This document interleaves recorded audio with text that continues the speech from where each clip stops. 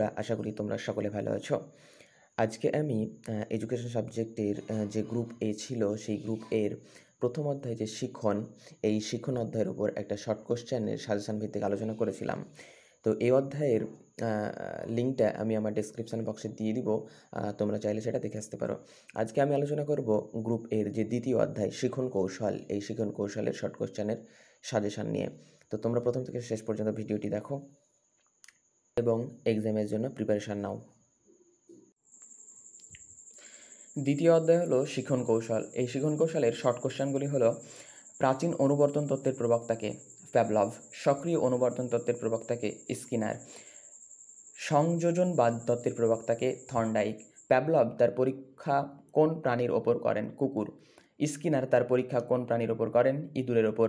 Thorndike তার পরীক্ষায় যে যান্ত্রিক কৌশল ব্যবহার করেন তার নাম কি? প্রচেষ্টা ও ভুলের কৌশল। প্রাচীন ও অনুবর্তনের আবিষ্কারককে প্যাভলভ। থর্নডাইক প্রবর্তিত শিখন কৌশলের নাম কি? প্রচেষ্টা ও ভুলের তত্ত্ব। অনুবর্তন কাকে বলে? যে প্রক্রিয়ার দ্বারা একটি নতুন প্রতিক্রিয়া একটি অস্বাভাবিক উদ্দীপকের মাধ্যমে প্রাণীর মধ্যে জাগিয়ে তোলা হয় তাকে বলা হয় অনুবর্তন। এস টাইপ অনুবর্তন ও আর টাইপ অনুবর্তন কাকে বলে? যে আচরণে কোনো নির্দিষ্ট উদ্দীপক নেই, যে কোনো উদ্দীপকের দ্বারা আচরণ ঘটানো যেতে পারে তাকে আর টাইপ অনুবর্তন বা আচরণ বলে। এস টাইপ আচরণ হলো এমন আচরণ যে ক্ষেত্রে কোনো সুনির্দিষ্ট উদ্দীপক থাকে না, যে কোনো উদ্দীপকের সঙ্গে প্রতিক্রিয়াকে যুক্ত করা যায় এবং প্রাণী যেখানে সক্রিয় ভূমিকা পালন করে তাকে বলা হয় এস টাইপ অনুবর্তন। প্রচেষ্টা ও ভুলের কৌশলের প্রবক্তাকে থর্নডাইক। গেস্টাল্ট শব্দের অর্থ কী?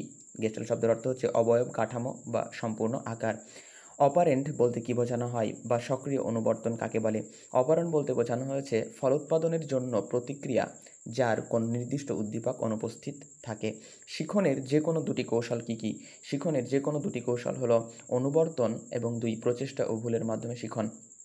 অপনুবর্তন কী বা প্রাচীন অনুবর্তনের অপনুবর্তন কখন দেখা যায়?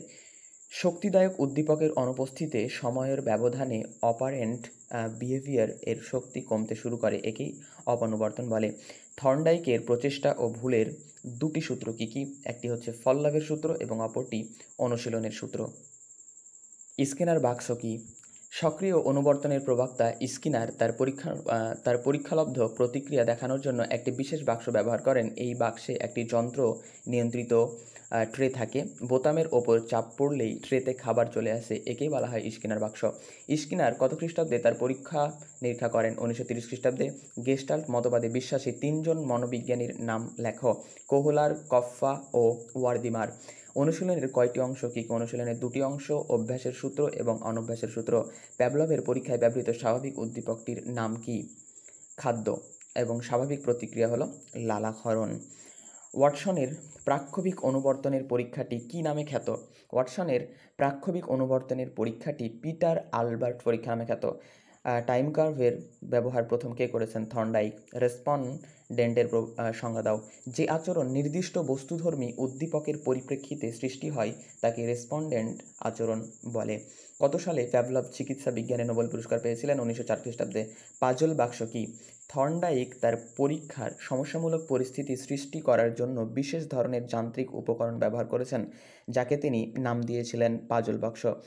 এই বাক্সের মধ্যে একটি প্রস্থান পথ থাকে যা একটি ছিটকানি দিয়ে আটকানো। গেস্টাল্ট মতবাদ কাকে বলে?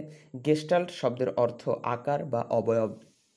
কোহলার, কফফা, অর্দিমার এই তিনজন বিখ্যাত মনোবিদের মতে প্রত্যক্ষণ বা সমগ্র পরিস্থিতিকে পর্যবেক্ষণ করে প্রাণী সমস্যার সমাধান ও শিক্ষা লাভ করে থাকে। এই মতবাদকে বলা হয় গেস্টাল্ট মতবাদ।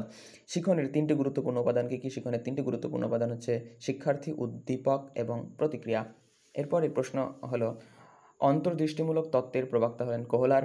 অপনুবর্তন কী? অপনুবর্তন হলো অনুবর্তনের পর অনুবর্তিত উদ্দীপকের অর্থাৎ ঘণ্টাধ্বনি পরেই যদি স্বাভাবিক উদ্দীপক অর্থাৎ খাদ্য উপস্থাপন না করা হয় তাহলে অনুবর্তন প্রক্রিয়া বন্ধ হয়ে যায়, একেই অপনুবর্তন বলে। এই শিখন কৌশলের কিছু এমসিকিউ রয়েছে। এই এমসিকিউগুলি হলো: প্যাভলভীয় প্রাচীন অনুবর্তনে প্রাণী থাকে সক্রিয় না নিষ্ক্রিয়? টাইম কার্ভ হলো এক ধরনের বিশেষ প্রকার লেখচিত্র না উদ্দীপক? লেখচিত্র। আধুনিক শিক্ষা কি শিশুকেন্দ্রিক না প্রাথমিক শিশুকেন্দ্রিক? প্রাচীন অনুবর্তনে যে উদ্দীপকটি তুলনামূলকভাবে বেশি শক্তিশালী হয় সেটা হলো অনাবর্তিত। সক্রিয় অনুবর্তনের অপর নাম হলো যান্ত্রিক অনুবর্তন। ড্যাশ একটি জার্মান শব্দ, গেস্টাল্ট হলো একটি জার্মান শব্দ। শিখনের কৌশল হিসেবে প্রচেষ্টা ও ভুল বিষয়টি অনুসৃত হয় সংযোজনবাদে না সমগ্রতাবাদে? সংযোজনবাদে। পাজল বাক্স ব্যবহার করেন কে? থর্নডাইক। স্কিনার প্রবর্তিত সক্রিয় অনুবর্তনটি কি? আর টাইপ। স্কিনার গবেষণা করেছেন ইঁদুরের ওপর। থর্নডাইকের মোট কটি শিখন সূত্রের কথা বলেছেন? থর্নডাইক মোট 3টি শিখন সূত্রের কথা বলেছেন। থর্নডাইক 3টি প্রধান শিখন সূত্রের কথা বলেছেন এবং 5টি অপ্রধান শিখন সূত্রের কথা বলেছেন, অর্থাৎ তিনি মোট 8টি শিখন সূত্রের কথা বলেছেন। পায়রা ও ইঁদুরকে নিয়ে পরীক্ষা করেছেন কে? স্কিনার। শিখন তত্ত্বে প্রেষণা ও পুরস্কার লাভের উপর গুরুত্ব দিয়েছেন কে? স্কিনার। অনুবর্তন প্রক্রিয়ার আবিষ্কারক কে? প্যাভলভ। থর্নডাইকের শিখন তত্ত্বের মুখ্য সূত্র কয়টি? 3টি। গেস্টাল্টবাদীরা যে শিম্পাঞ্জিটি নিয়ে পরীক্ষা করেছিলেন তার নাম ছিল সুলতান। আইভান প্যাভলভ ড্যাশ শরীরতত্ত্ববিদ, রাশিয়ান শরীরতত্ত্ববিদ। শিখন কৌশল, এই শিখন কৌশলকে ভাগ করা হয়েছে। একটা হচ্ছে অনুবর্তন এবং অপরটি সমস্যা সমাধান। অনুবর্তনকে আবার দুটি ভাগে ভাগ করা হয়েছে, প্রাচীন অনুবর্তন, সক্রিয় অনুবর্তন। সমস্যা সমাধানমূলক শিখনকে আবার দুটি ভাগে ভাগ করা হয়েছে, প্রচেষ্টা ও ভুলের কৌশল, অন্তর্দৃষ্টিমূলক কৌশল। থর্নডাইকের শিখনের সূত্র দুটি ভাগে বিভক্ত, মুখ্য সূত্র এবং গৌণ সূত্র। মুখ্য সূত্র হচ্ছে 3টি, ফললাভের সূত্র, অনুশীলনের সূত্র আর হচ্ছে প্রস্তুতির সূত্র। অনুশীলনের সূত্রকে আবার দুটি ভাগে ভাগ করা হয়েছে, অভ্যাসের সূত্র, অনভ্যাসের সূত্র। এবং গৌণ সূত্রগুলি হলো 5টি, বহুমুখী প্রতিক্রিয়া সূত্র, মানসিক অবস্থার সূত্র, আংশিক প্রতিক্রিয়ার সূত্র, উপমানের সূত্র এবং অনুষঙ্গমূলক সঞ্চালনের সূত্র।